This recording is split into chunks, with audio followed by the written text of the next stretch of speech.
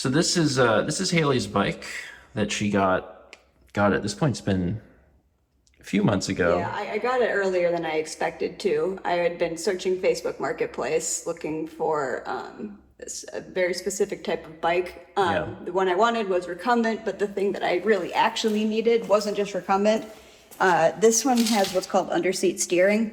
So the thing is that I've been having some issues. Keeping my arms out in front of me has been very painful, like with typing. So I sort of consulted with some people who have my condition, the NTOS, and some people said they had luck with cruiser bikes, but I decided I just wanted to be done with all of that. I'm like, I just don't want to have my arms out in front of me at all, period. So this one is actually one that I will have to steer down, so my arms will be down the whole time, which is cool. But the situation I'm having is that I am the size of a child. And so the good part, though, is that recumbent bikes, they typically only sell one size. And so that the guy that I bought this from was, I think, about the same height as Steven here. But when it went down to as small as it could get, I was still about an inch or so away from being able to actually reach the pedal. Yeah. However, that's really not that big of a deal because I cut everything out. I removed the boom. We're going to saw off a chunk of this so that it can slide in further. Yeah. And for some bizarre reason, whenever I contacted bike repair places, I think they're just not familiar with these types of bikes, even though one of them was like, oh, I think we sold you that. And I'm like, you didn't.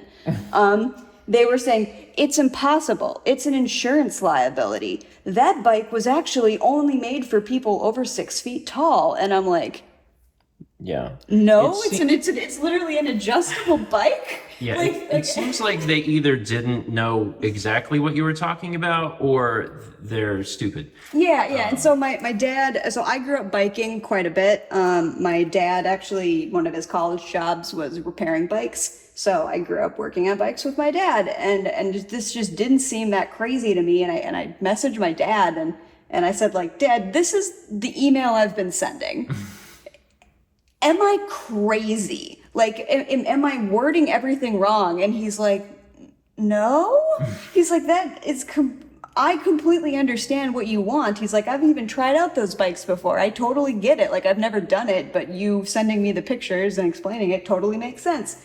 So eventually I just was like, fine, I'll just do it myself. Because, yeah, it's an insurance liability. It's not. I'm not cutting the bike in half. I'm cutting the boom, which inserts. Yeah. It inserts into here. It literally changes nothing. Like. And by the way, this is an extremely common change to these bikes. And the reason why is, like, let's say you're in the middle or you're shorter, you might as well cut off the excess so that the next time you put it in your car, it's even smaller and it's easier to transport. Yeah. Like, if you don't need that full length, a lot of people cut it off. This is super common. But anyway, sorry, I'm a little heated about this, but I was just getting really upset that people were kind of talking down to me or acting like I didn't know what I was doing, or like that I was asking for something totally ridiculous when I definitely wasn't.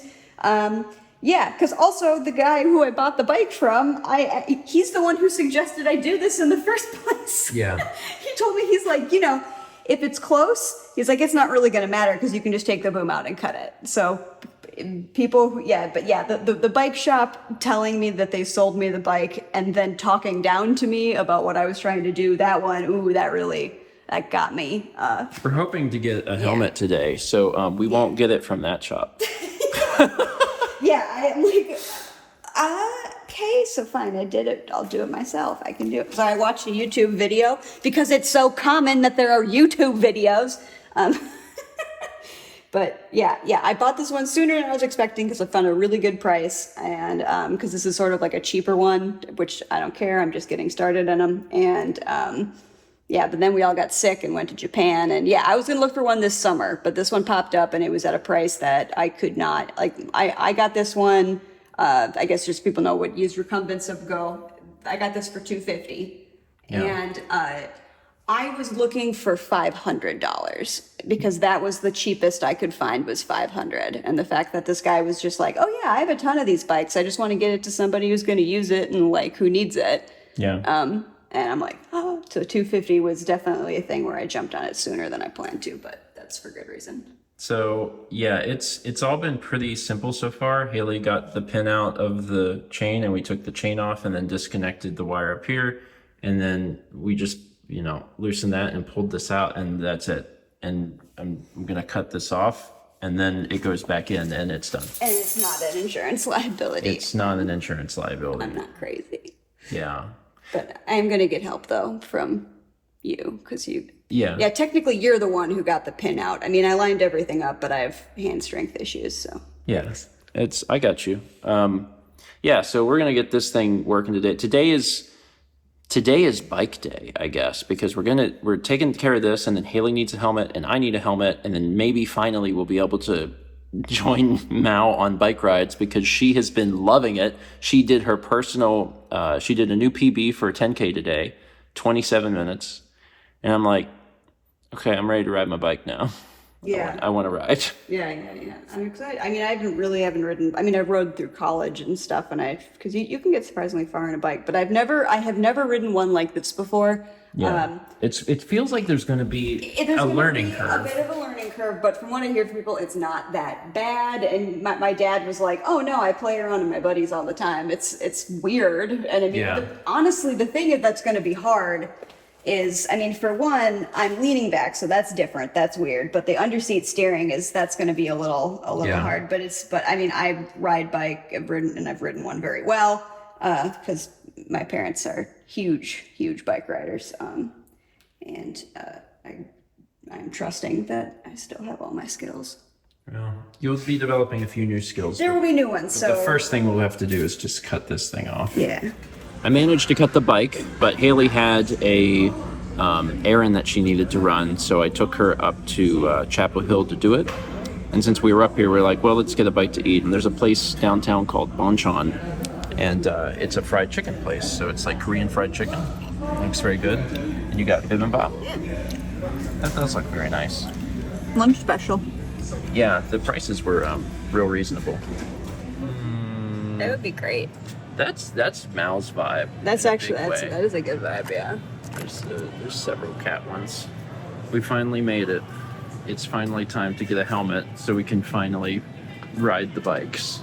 Yeah, we're good. I got the Virginia Tech helmet thing pulled up. Yeah, I was explaining all of this in the car, so I will not explain this again because you've already heard it. But Anyway, there's a couple different systems for finding helmets. There's MIPS, they call it, so you want to get one with that. But better yet, Virginia Tech actually has done their own bicycle helmet rating. It's very intense. Everything has like a score based on like impact locations and how likely it would be that you would sustain a concussion. It sounds really neat. It is very cool. And the thing is, like, it's not even like price based. Like, yeah, there's some really expensive ones on here, but there's also like ones that are like $60. So we did it. We finally have helmets. Yeah. After talking about it for a long time. Yeah. Like several months. The first helmet I put on, I was like, all right, this fits. And the second helmet I put on, I was like, okay, yeah, this is like the first one. And then the third helmet I put on, I was like, oh, wait, those first two didn't fit. This is why I took you to a place to try on lots of them. Yeah. And then I started trying on more helmets, and I was like, oh. Because, like, we measured my head, and I was like, okay, we measured my head, and this is the size range, so that's, whatever. And we talked to the guy, and he was like, you just pick whatever's comfortable. And I didn't know what comfort felt like until I got to comfortable, and I was like, oh, that's what. So cool. I have a helmet now. We're gonna find out if mine works. I have a bit of a problem, which is that since I use a recumbent bike, I'm gonna be leaning backwards. Yeah. So I wanted one with a visor, but the problem is the one with visors tend to be more mountain bike, and it juts out in the back. Yeah, and yours has that where it tends to have more protection down in the back because when you mountain bike, you're more likely to tip over backwards. So I don't need that, but I need to make sure I don't have that because I'm going to be literally leaning back on something. Yeah. So I'm keeping my receipt, and we're gonna find out if this works. I don't actually know because I haven't actually ridden a recumbent bike yet, despite owning one, because I couldn't reach the pedals. One step at a time, and this was a very, very important step. So I'm glad we got this done. Hooray! Thanks for trying on a bunch of helmets for me.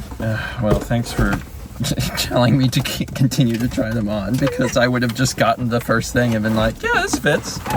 It did not. After the last clip, I ended up taking Hayley home, and we didn't finish her bike today, but we're close. I mean, we have all of the stuff necessary to do it. We got the filing tool. Hayley also got some extra, I don't know if we'll need it, but she got some extra grease to make sure that the part can get back in. I think we're good. I'll probably see her again sometime this week, and we'll finish the bike up. And it's just wild to me that there were so many people that were like, oh, we can't do that. But you can, because like we did it, and it didn't take long to do. And now we're basically almost done. We just have to file it down and put it back together, and it should be good. It should be ready to ride. So I'm not sure why everyone was so freaked out about it. I don't know. I guess we'll see if we run into any additional troubles, but I don't suspect we will. Yeah. And the exciting thing is I finally have a helmet. I can finally ride. I don't know when exactly I'm going to do that. And I need to be careful, because I know me. I'm going to get on that bike and I'm going to be like, this is great. And I'm going to really want to push myself.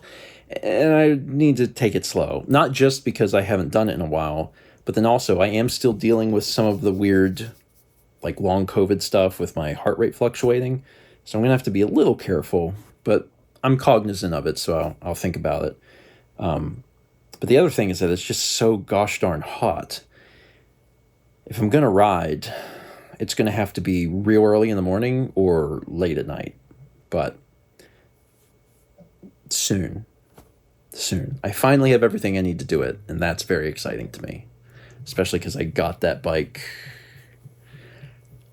Oh man, the very beginning of February. Cool. Awesome.